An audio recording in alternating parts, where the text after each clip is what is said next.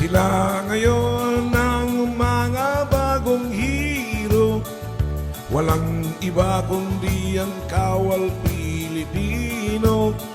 Kahit ulan, kahit baha, pati bagyo, nakahanda silang tumulong sa tao.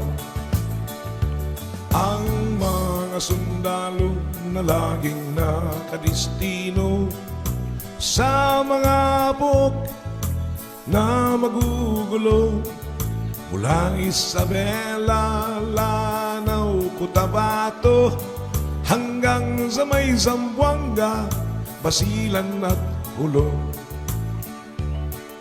Sila'y gumagapang sa gitna ng kadiliman, kagat ng lamok, tinitiis lamang.